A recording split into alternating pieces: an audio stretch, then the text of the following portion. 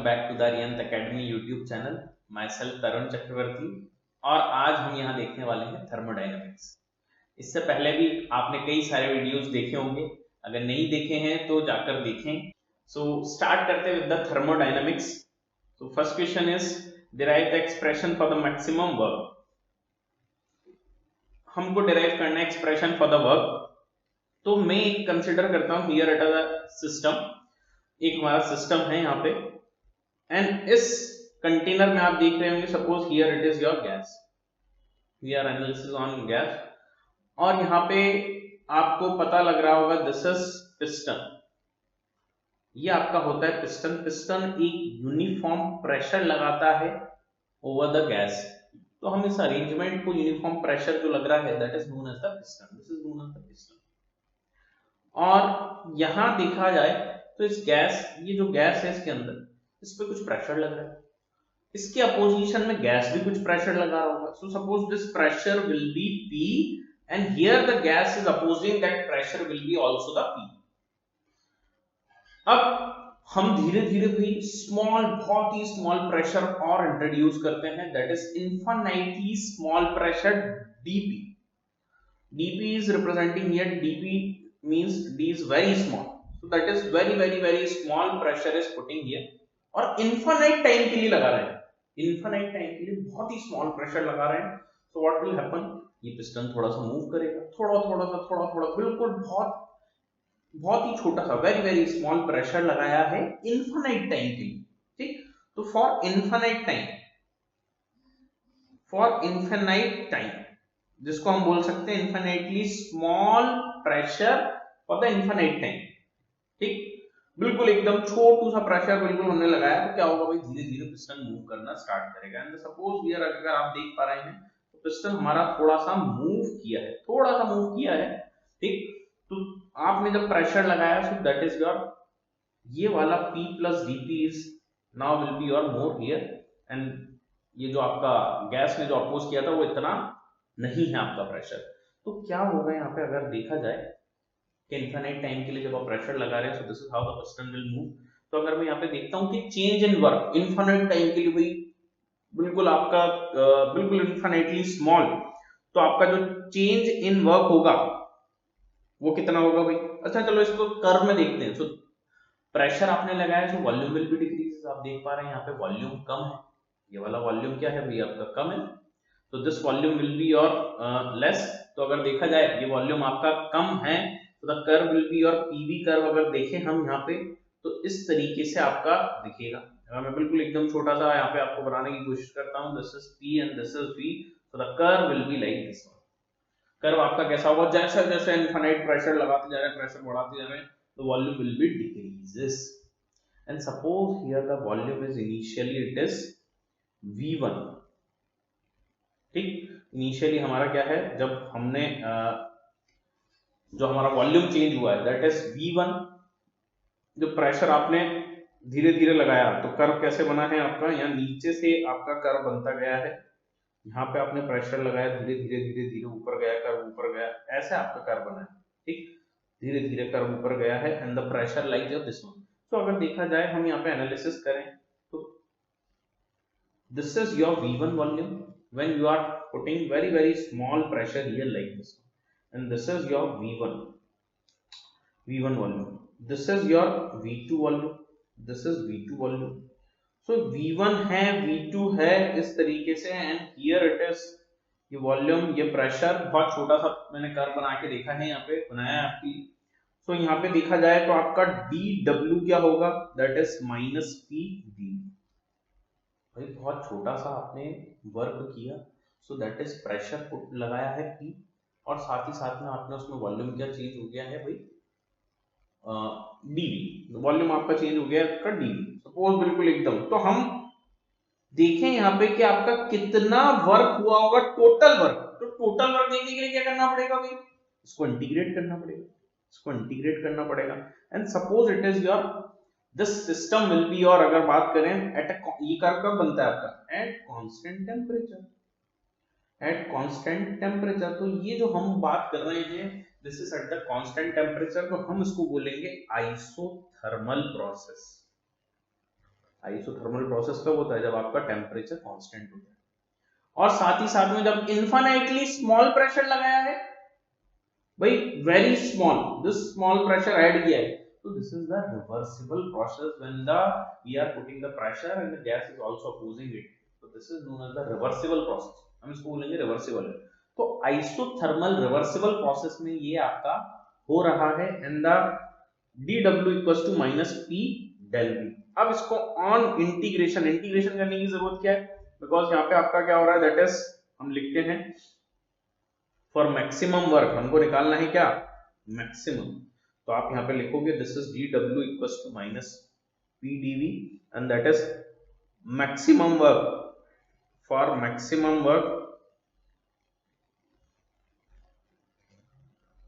For maximum work अगर हम देखें कि कितना होगा आपका maximum work, so that is, अभी बात करेंगे मैक्सिमम क्यों बोल रहे हैं, जैसे हम जब डिराइव करेंगे तो देखेंगे फॉर मैक्सिमम वर्क। अभी सिर्फ इतना देखते हैं कि मैक्सिमम वर्क के लिए आपका पहले इसमें काम कितना हो रहा है। तो इसमें अगर वर्क देखा जाए तो यहां से लेके हम बोलते हैं area under the curve is your work, इतना वर्क हो रहा है आपका। तो मैक्सिमम वर्क कैसे निकाला जाएगा भाई, इसको हम इंटीग्रेट करेंगे और मैक्सिमम आएगा कैसे, माइनस पॉजिटिव, सब कुछ अभी देखेंगे, अभी आपको क्लियर हो जाएगा। तो दैट इज, अगर मान लो V1 से वॉल्यूम चेंज हुआ V2 and that is W1 work था और वर्क हो गया आपका W2, या फिर आपका इनिशियल से लेके फाइनल तक आप जो भी बोले, ठीक। यहां देखा जाए तो दिस प्रेशर जो पुट किया, अगर इसको देखें from ideal gas equation, so PV equals to होता है nRT, तो प्रेशर क्या हो जाएगा बच्चों, nRT बाय V। सो nRT बाय V को अगर मैं यहाँ पे पुट कर देता हूं, सो व्हाट, यहाँ पे क्या देखने मिलेगा हमें, ठीक, nRT बाय V को जब हम यहाँ पुट करेंगे, so here it is dW W2 से W, मतलब W1 से W2, this is the initial work बोल देंगे, V1 वॉल्यूम पे initial work is W1, this is W2 and here it is minus, बाहर निकाल लिया V, ये लिमिट्स हमारी as it is nRT by V and this is PV। Pressure की value की जगह मैंने क्या रख दिया बच्चों, यहाँ पे ये जो आपका प्रेशर था that is this one, ये मैंने रख दिया इतना nRT by इस प्रेशर की वैल्यू। सो अगर देखा जाए यहाँ पे क्या होगा नेक्स्ट स्टेप में, तो दिस इज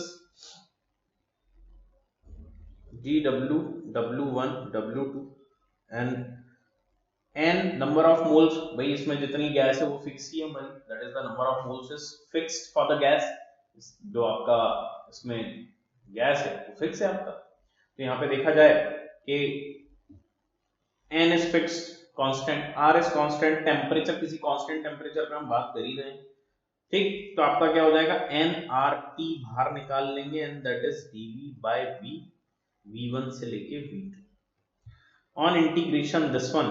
तो आप सभी को पता है बच्चों dx बाय x का इंटीग्रेशन होता है ln x, ठीक, ln x होता है। तो उसी तरीके से dw का इंटीग्रेशन हो जाएगा w and the limits are your w2 by w1, here it is minus nRT ln v and limits put हो जाएंगी v2 से v1 से v2। सो हियर जब हम लिमिट्स को रखेंगे तो w2 minus w1 and this is minus nRT ln v2 minus ln v1। आप सभी को पता है log x minus log y होता है log x by y।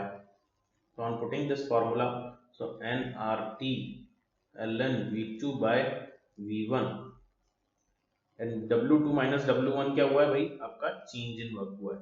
So dw बोलो, w बोलो, डेल्टा w बोलो, that is the same thing। और वैसे हम इसको बोलेंगे भाई that is not the change in work, this is from the v1 volume से v2, so we will call it as the w as well। हम इसको बोल सकते हैं कैपिटल W। कैपिटल W क्या हो जाएगा भाई, ln को log में कन्वर्ट करेंगे तो 2.303 nRT log v2 by v1। This is known as the work done in the isothermal reversible process। ये आपका वर्क डन किसमें, आइसोथर्मल रिवर्सिबल प्रोसेस में, ठीक। अब आप सभी को पता है from Boyle's law, from Boyle's law. Same formula हमारा यहाँ पे कैसे बन सकता है, that is P1 V1 equals to P2 V2 होता है बॉयल्स लॉ से, हम आप सभी को पता है। तो V2 बाय V1 क्या हो जाएगा बच्चों, P1 बाय P2। ठीक, on putting this is first equation. ठीक, putting value in equation 1। so this is W will be minus 2.303 nRT log P1 by P2। This is also the formula. तो दो फॉर्मूले आ गए आपको आइसोथर्मल रिवर्सिबल वर्क के लिए, that is first equation जो मैंने नाम दिया एक तो वो, और एक सेकंड वाला। ठीक, इस तरीके से हम करेंगे। तो यहाँ पे आपसे पूछा गया था भाई मैक्सिमम वर्क, तो मैक्सिमम वर्क क्या है भाई, जो वर्क हुआ है आपका क्या है, वर्क हुआ है V1 वॉल्यूम से V2, so that is the maximum, यही मैक्सिमम है आपका। तो मैक्सिमम वर्क के लिए ही हमने इंटीग्रेशन किया फ्रॉम द V1 से V2, and that is your dW होता है माइनस P dV। आप सभी को पता है, ये भी हमने डिराइव किया है कहीं ना कहीं इस चैप्टर में। ठीक, तो यहां से मैक्सिमम वर्क जो आ गया आपका आइसोथर्मल रिवर्सिबल प्रोसेस में, ठीक, that is your this one. तो ये फॉर्मूला जो होता है बच्चों, ये होता है आइसोथर्मल रिवर्सिबल प्रोसेस के लिए। This is isothermal reversible process, ठीक, for isothermal reversible process. so this is how the formula will be and this is the derivation, आप इस तरीके से करेंगे। ठीक, I hope this is clear to you। we'll move to the next question, that is obtain the relationship between delta H delta U for the gas phase। ठीक, delta H और delta gas phase का मतलब क्या है भाई, gas के लिए क्या है भाई, गैस फेज में तो आप सभी को पता है डेल्टा H होता है delta U plus P del. यहाँ पे देखा जाए तो डेल्टा V को मैं बोल सकता हूँ delta U is the internal energy, delta H is the enthalpy, this is internal energy.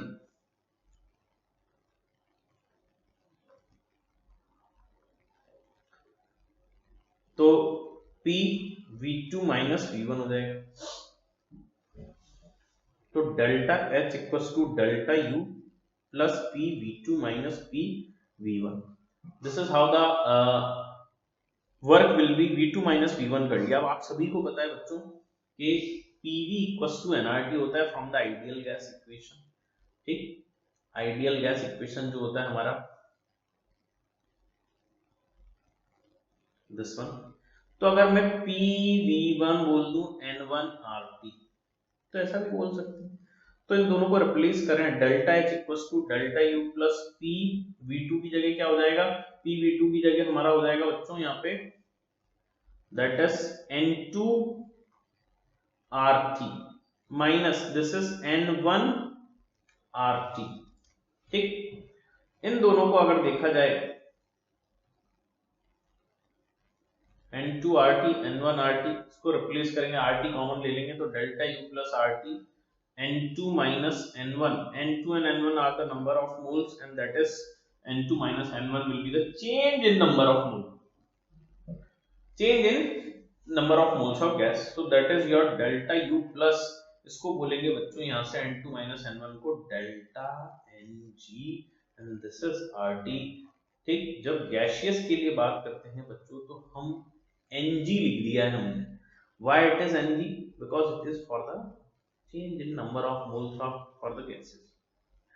ठीक, this is change in number of moles for gases। ठीक, ये आपका किसके लिए, गैसेस के लिए। so this is how the for the gas phase के लिए डेल्टा H और डेल्टा U में हम डिराइव करेंगे। ठीक, इस तरीके से आप यहाँ पे देखेंगे। I hope this is clear to you. Next will move to your that is Hess law, state Hess law, the heat summation, illustrate with an example, state its application। ठीक, ये क्वेश्चन आपका बोर्ड पॉइंट ऑफ व्यू से तो बहुत ही ज्यादा important है। Statements इस तरीके से आपकी Hess law is very very important, one of the important. तो Hess law ने क्या बताया, पहले तो मैं आपको डेरिवेशन, पहले तो हम डेफिनेशन लिख लेते हैं, what is the actually the law is, ठीक। तो हेस लॉ क्या होता है, that is the enthalpy change, the enthalpy change for a reaction, change for a reaction is equal to sum of enthalpy, is equals to sum of enthalpy changes, the enthalpy change for a reaction is equals to sum of enthalpy changes of individual steps in a reaction, ठीक। जैसे कि इसका मतलब क्या है, अगर एक example से समझते हैं, सपोज ए फॉर आलू, बी फॉर भालू और सी फॉर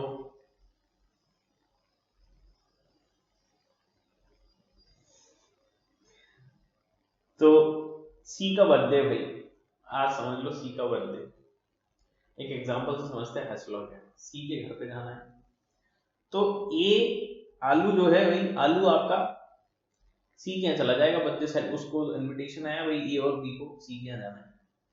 तो एक बात क्या हो सकता है, ए ने बोला, सॉरी बी ने बोला, भालू ने बोला भाई मेरे यहाँ आ जाओ आलू, अपन दोनों चलेंगे सी के यहाँ, ठीक।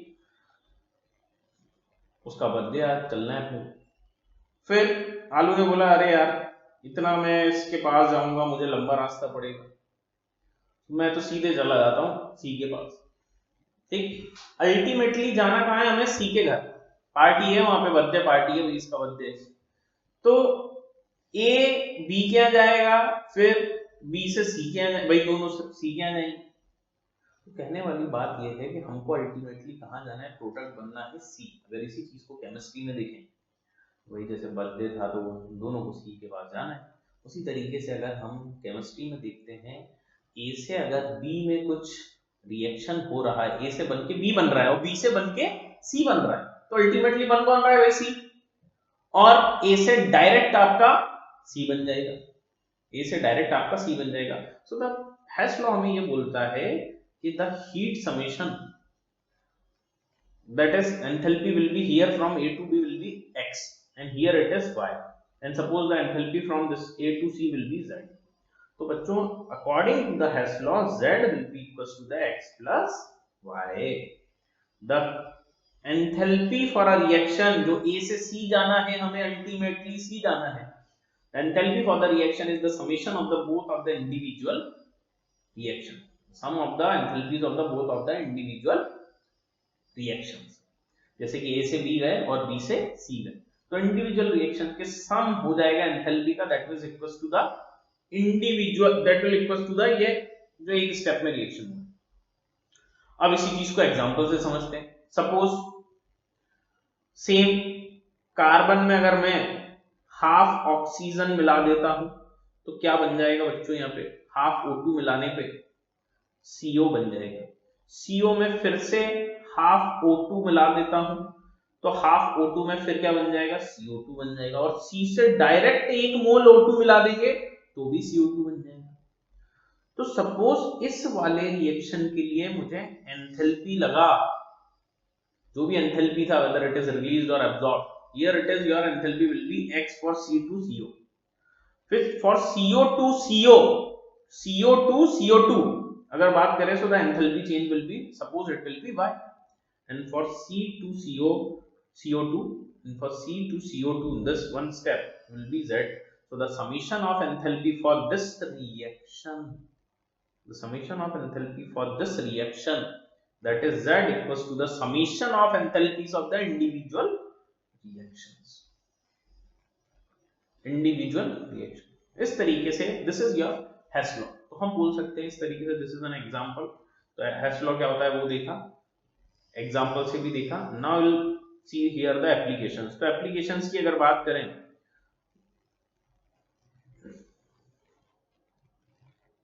जो एप्लीकेशंस होते हैं हेस लॉ के, दैट इज हेस लॉ का यूज होता है to calculate the enthalpy of formation of the reaction.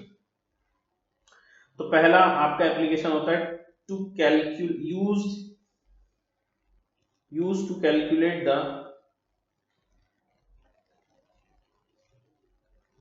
अभी क्वेश्चन आएंगे आगे, इसी वीडियो में हम देखने वाले हैं आगे क्वेश्चंस को। Use to calculate the enthalpy of reaction. Second होता है used to calculate the enthalpy of formation.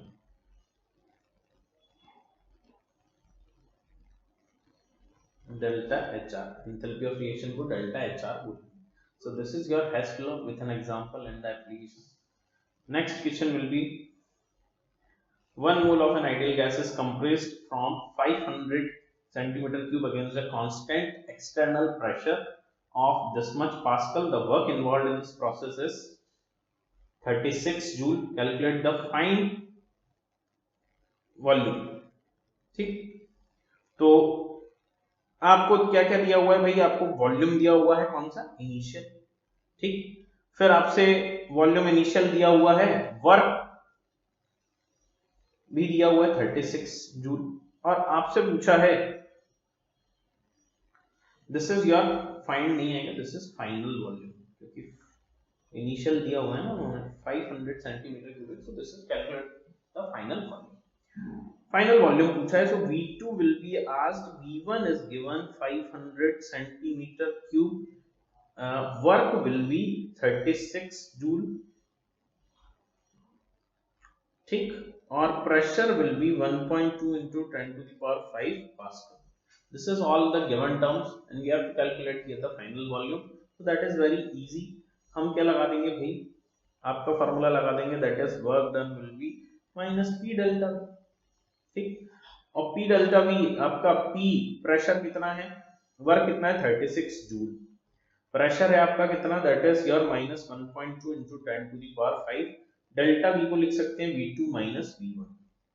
Here this is in the pascal, ठीक, 1 पास्कल होता है 1 न्यूटन पर metre square, so this is 36 divide by 1.2 into 10 to the power 5 and minus equals to V2 minus V1। यहां पे देखा जाए, इसको solve करेंगे तो पॉइंट हटेगा, एक जीरो लगेगा, और इसको देखा जाए तो ये आ जाएगा 30, ठीक, दिस इज 30, तो minus 30 by 10 to the power 5 equals to V2 by V1, V2 minus V1। V1 का वैल्यू यहाँ पे जो आया है आपका, एक जीरो से एक जीरो कट जाएगा, -3 into 10 to the power -4 equals to V2 minus 200 centimetre cube. और ये जो आया है ना ये बच्चों, ये कितना आया है, ये मीटर क्यूब आया है भाई, ऐसा यूनिट्स में देखो, यूनिट का ध्यान रखना है, यूनिट में this is pascal, here it is joule, this is in the SI units, ठीक, ये आपका एसआई यूनिट में नहीं, नॉट एसआई यूनिट, ये एसआई यूनिट नहीं है। तो आप इसको भाई इनको क्या करोगे, मीटर क्यूब को, अब देखो आंसर हमें किसमें पूछा है, सेंटीमीटर क्यूब, तो दिस इज एसआई यूनिट क्या होगी यहाँ पे, ये जो हमने किया है वर्क और प्रेशर को डिवाइड किया है, दोनों एसआई यूनिट में थे, तो इनसे भी आपका एसआई यूनिट आया होगा and that is metre cube. और 1 मीटर में होते हैं बच्चों -3 into 10 to the power -4, 1 metre में होता है, ठीक, 100 सेंटीमीटर का क्यूब लिख सकता हूं बच्चों इसको, V2 minus 200 सेंटीमीटर क्यूब, तो -3 into 10 to the power -4 into 10 to the power 3 4 5 6, V2 minus 200, इसको सॉल्व करेंगे तो बच्चों कितना जाएगा आपके पास, that is come out to be आपका this is 300, this is your 4 zero से 4 जीरो कट गए, तो this is -300, V2 minus 200, V2 minus 200 बच्चों, एक छोटा सा हमने डाटा गलत लिख लिया है।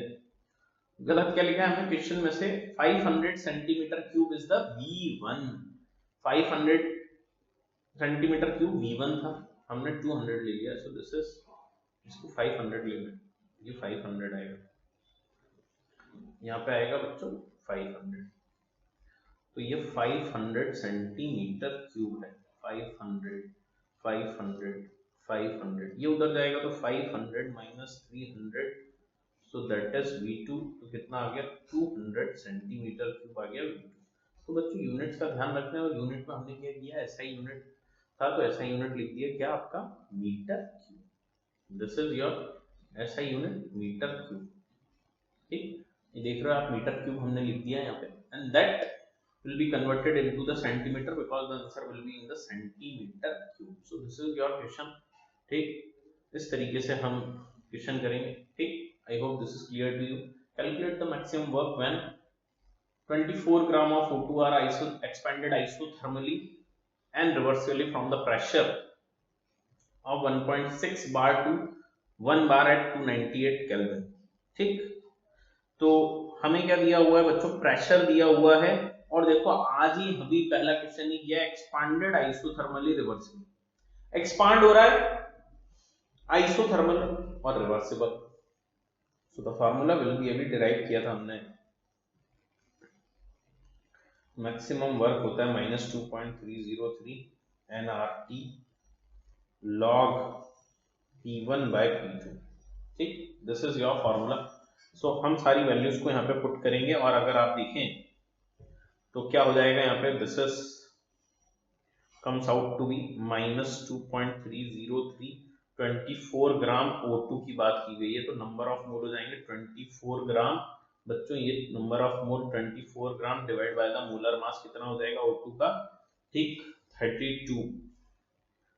R की वैल्यू हो जाएगी 8.314, टेम्परेचर ले लेंगे बच्चों कितना, 298 केल्विन दिया हुआ है, 298 केल्विन लॉग, ठीक, द प्रेशर 1.621 बार, ठीक है, तो 1.621 बार का मतलब है P1 is this one, P2 is this one, तो 1.6 divide by 1, this is W max.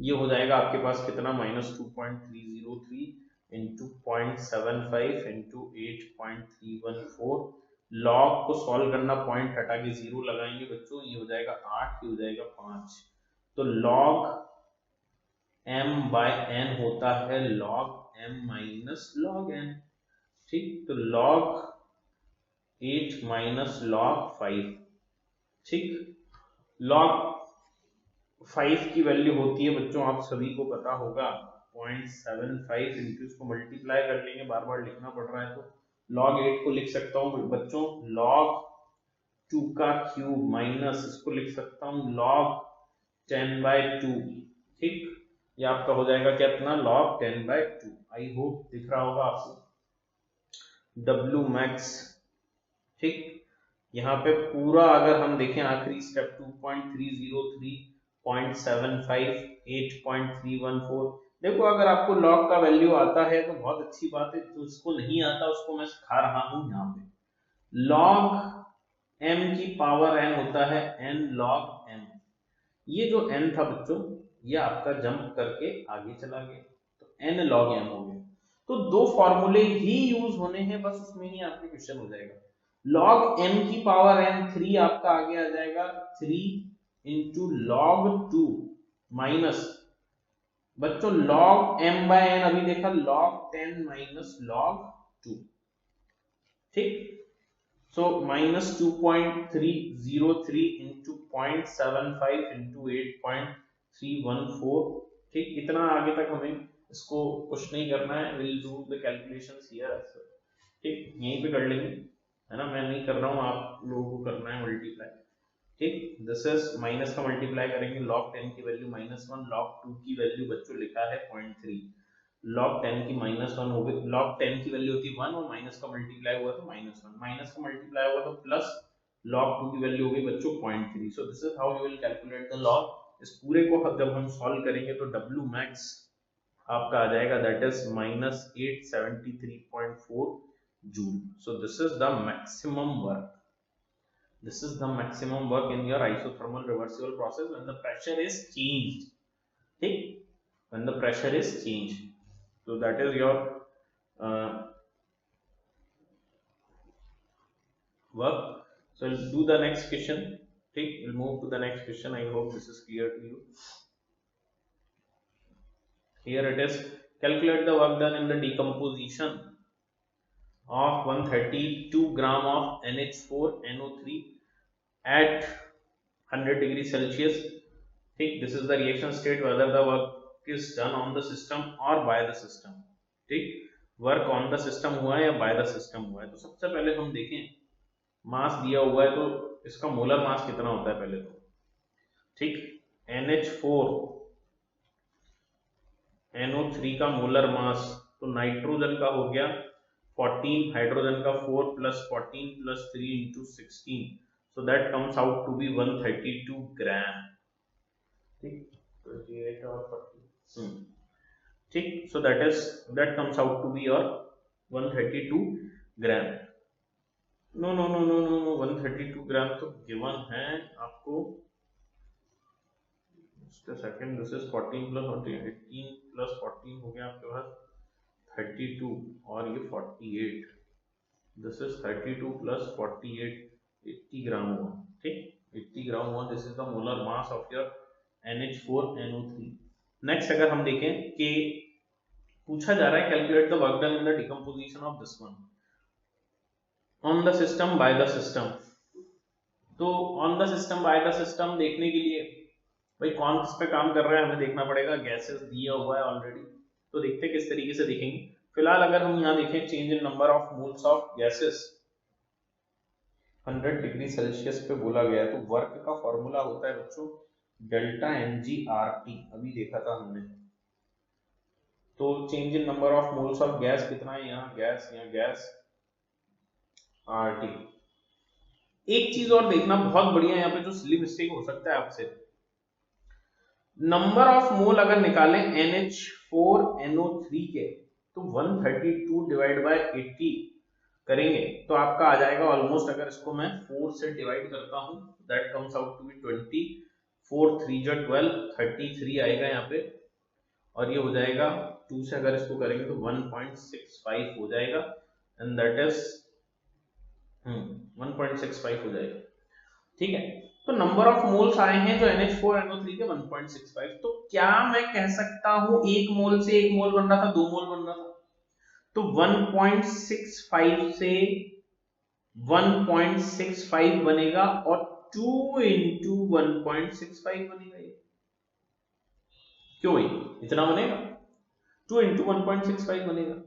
तो अगर देखा जाए change in number of moles of gas, तो change in number of moles of gas कैसे निकाला जाता है, delta Ng, that is number of moles of the product minus number of moles of the reactant. तो product में बच्चों और किसके, गैस, किसके change in number of moles हम निकाल रहे हैं, गैस. This is gas. तो देखा जाए प्रोडक्ट के कितने हो गए बच्चों, 2 into 1.65 करेंगे तो that is 3.3 plus 1.65 minus reactant में तो बच्चों सॉलिड है, तो रिएक्टेंट में कोई गैस ही नहीं है तो 0 हो जाएगा. तो that is come out to be आपका कितना हो जाएगा, 4.95 आ जाएगा डेल्टा Ng. ठीक, तो यहां देखें डेल्टा Ng आपका हो गया है 4.95 और वर्क अब देखूं मैं कितना होगा, माइनस डेल्टा mgRT.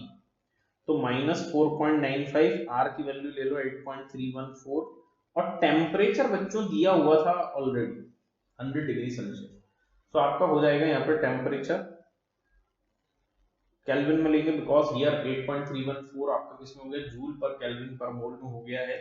तो टेम्परेचर आपका लेके चलेंगे केल्विन में, तो 100 प्लस 273 केल्विन. तो इसको सॉल्व करेंगे तो वर्क आपका हो जाएगा that is comes out to be 4.95 को 5 ले लो इनटू इसको ले लो बच्चों 8 ले लो, और ये सब अपनी मर्जी ही है यहाँ पे 373 केल्विन. ठीक, तो वर्क जो आ जाएगा माइनस का, अगर इसको सॉल्व करोगे 5 जा 40, 4 से इसको कर देंगे तो 1500 समथिंग आएगा.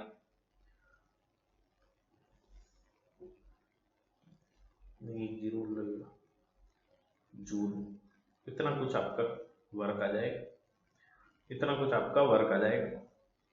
और वर्क आपका क्या है, नेगेटिव आया, वर्क आपका आया है नेगेटिव आया, तो आपका क्या हुआ होगा भाई, work done by the system हुआ होगा या फिर on the system, work done by the system.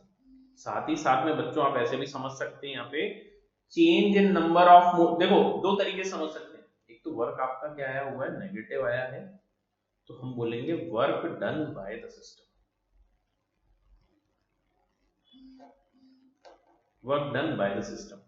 साथ ही साथ में आप ऐसा भी देख सकते हो बच्चों, यहाँ पे सॉलिड से गैस हो गया, गैस हो गया, तो भाई सॉलिड था एक कंटेनर में, गैस बन गया, गैस बन गया, तो गैस क्या हुआ, एक्सपांड हुआ, तो किसने काम किया, सिस्टम ने काम किया, सिस्टम ने काम किया, तो हम बोलेंगे work done by the system, here it is work done by the system. तो इस तरीके से हम देखेंगे, बोला था work done is on the system या बाय द सिस्टम, तो वो भी बता दिया work done by the system है, और वर्क नेगेटिव आ रहा है, दैट इंडिकेट्स कि सिस्टम ने ही आपका काम किया, बाय द सिस्टम। नेक्स्ट देखें, calculate the standard enthalpies of reaction. तो Fe2O3 plus 3CO gives 2 Fe plus 3 CO2, delta HF दिया है, फॉर्मेशन दिया है, एंथैल्पी ऑफ रिएक्शन पूछा है, एंथैल्पी ऑफ रिएक्शन पूछा गया। तो एंथैल्पी ऑफ रिएक्शन किस तरीके से देखेंगे बच्चों, फॉर्मेशन का मतलब होता है आपका, एंथैल्पी ऑफ रिएक्शन क्या होता है, यहाँ तो सिंपली है, डेल्टा HR आप लगा दोगे, डेल्टा HR क्या होता है, that is the summation of the enthalpies in the product minus summation of enthalpies, even हम इसको डिराइव भी कर सकते हैं, minus summation of enthalpies in the reactant, ठीक, यही होता है delta HR for the reaction, product का माइनस कर देंगे रिएक्टेंट से, सो this is the formula for this one, even हम इसको डिराइव भी कर सकते हैं, डेल्टा HR प्रोडक्ट का क्या हो गया बच्चों, Fe का दिया है कि नहीं, CO2 का दिया हुआ है, कितना है 393, तो 3 इंटू समेशन का मतलब होता है भाई एक मोल, फॉर्मेशन का डेफिनेशन क्या है, एंथैल्पी ऑफ फॉर्मेशन का डेफिनेशन होता है that is for the 1 mole formation, कितना एनर्जी रिलीज हो रहा है या एब्जॉर्ब हो रहा है, एक मोल बनाने के लिए कोई भी कंपाउंड इतना एनर्जी लग रहा है CO2 बनाने के लिए, तो 3 के लिए कितना लगेगा, 3 से मल्टीप्लाई कर दिया, 3 से मल्टीप्लाई कर दिया माइनस 393, ठीक, फिर आपका क्या हो जाएगा, that is minus, that is your minus,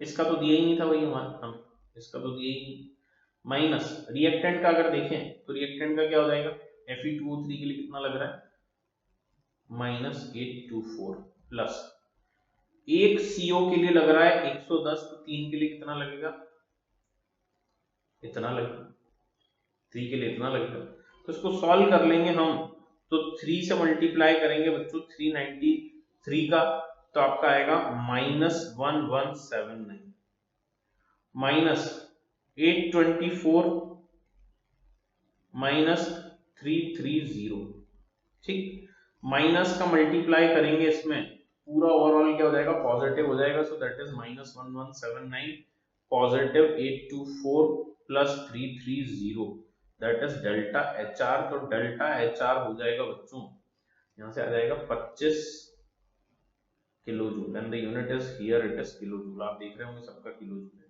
kilo joule में ही होता है, ठीक, so this is how you will do the enthalpy of the reaction product minus reactant. The next question will be, this is very easy, बहुत आसान question है, ठीक, next question will be your determine whether the following reaction is spontaneous under the standard state conditions, does it have a crossover temperature, ठीक, तो देखते हैं भाई आपका मतलब क्वेश्चन का मीनिंग ये है कि हमको spontaneous under the state condition, ये रिएक्शन जो है आपकी क्या है, स्पॉन्टेनियस है कुछ कंडीशंस के रिगार्डिंग, ठीक, does it have a cross over temperature, क्या इसके ऊपर क्रॉस ओवर टेम्परेचर, तो अगर बात की जाए यहाँ पे कि डेल्टा एच, देखो इसका यहाँ पे दिया हुआ है सारी चीजें, छुपा के बिल्कुल एकदम, डेल्टा एच इतना, डेल्टा एस आपका क्या है, नेगेटिव, तो बच्चों आप सभी ने फार्मूला पढ़ा है कि डेल्टा जी होता है delta H minus T del S. तो बच्चों डेल्टा एच ऑलरेडी पॉजिटिव है माइनस टी, और डेल्टा एच क्या है, नेगेटिव, नेगेटिव है something, here it is negative. तो नेगेटिव डेल्टा एस है, नेगेटिव डेल्टा एस है, ठीक।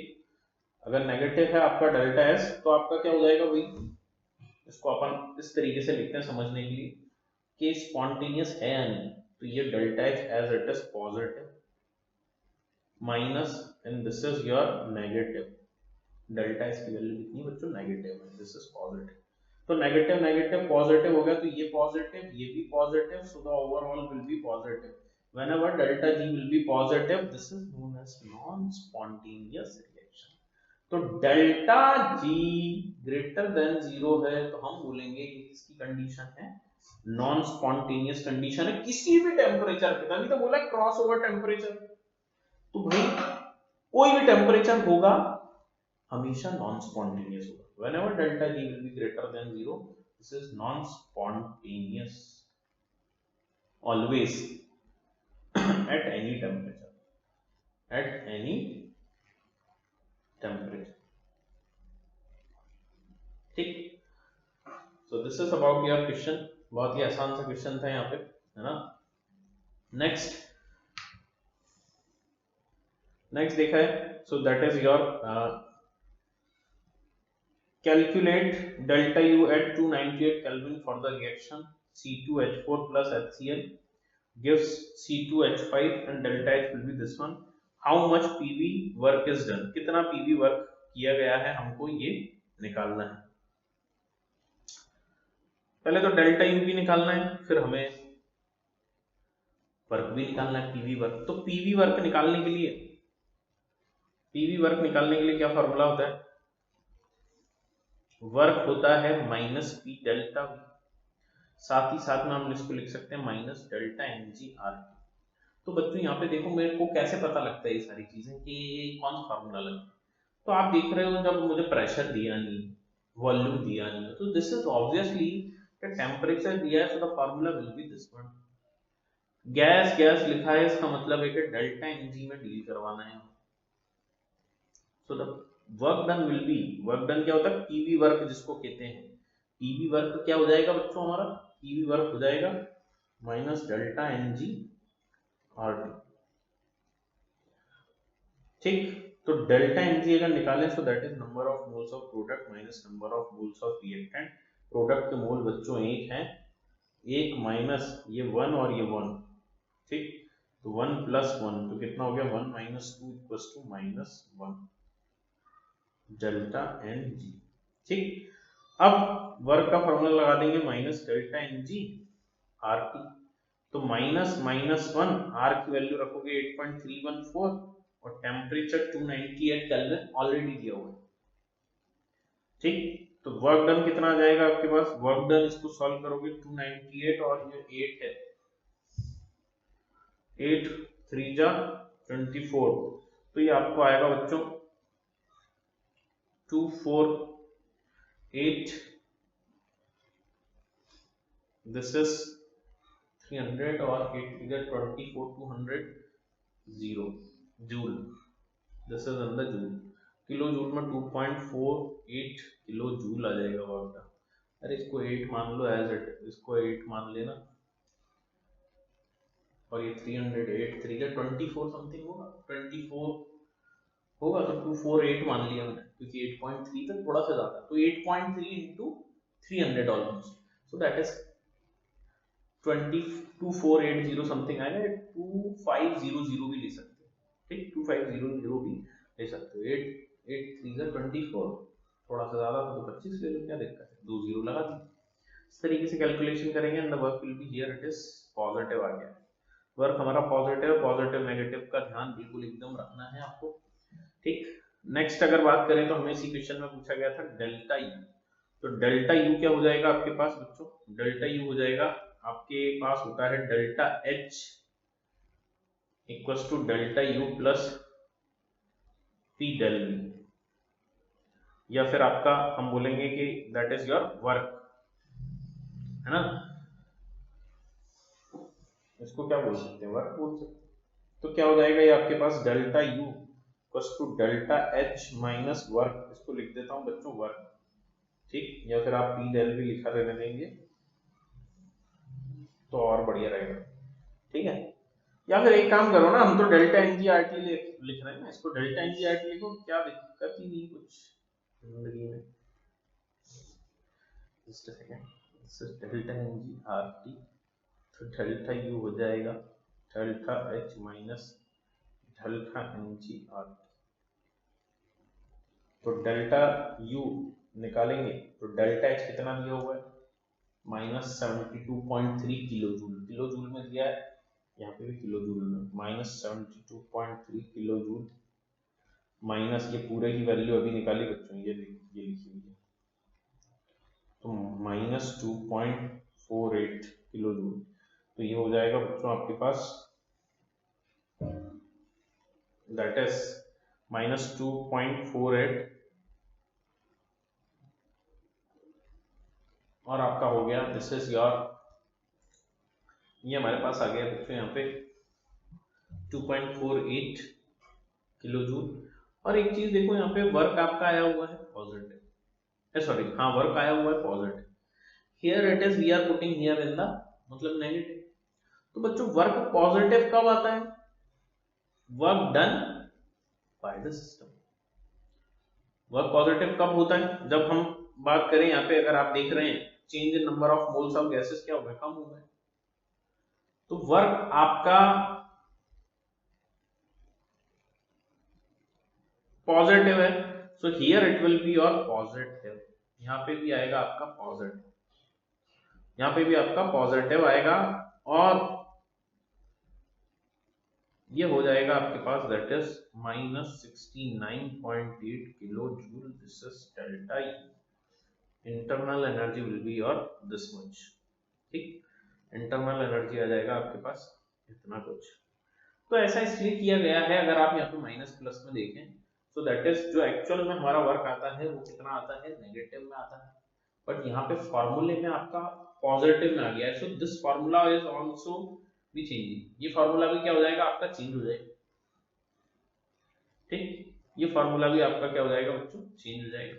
तो here it is positive work लिखेंगे and that answer will be your minus 69.8 kilo joule, ठीक। I hope this is clear to you, और आप देख सक रहे होंगे यहाँ पे भी कि आंसर जो हमारा है दैट इज योर इतना ही है, delta U and this is your work. So this is all about the thermodynamics, ठीक। यहाँ पे अगर आप देखेंगे तो हमने क्वेश्चन नंबर 12 तक डिस्कस किया है, ठीक। तो इस वीडियो के दो पार्ट होंगे, नेक्स्ट पार्ट में बचे हुए आपके जो क्वेश्चंस होंगे वो हम डिस्कस करेंगे। सो this is the part 1 thermodynamics, ठीक, दिस इज पार्ट 1 वीडियो, बाकी के rest of the question will discuss in the next session. तो नेक्स्ट वीडियो के उसमें रहेगा आपका, ठीक। तो यहाँ पे हमारा थर्मोडायनेमिक्स पूरा खत्म नहीं हुआ, अभी हम आगे और देखने वाले हैं, ठीक। आई होप आपको वीडियो पसंद आया होगा, लाइक करें, शेयर करें, कमेंट करें, साथ ही साथ में चैनल को भी सब्सक्राइब करें, ठीक। तो मिलते हैं नेक्स्ट वीडियो में थर्मोडायनेमिक्स, थैंक यू।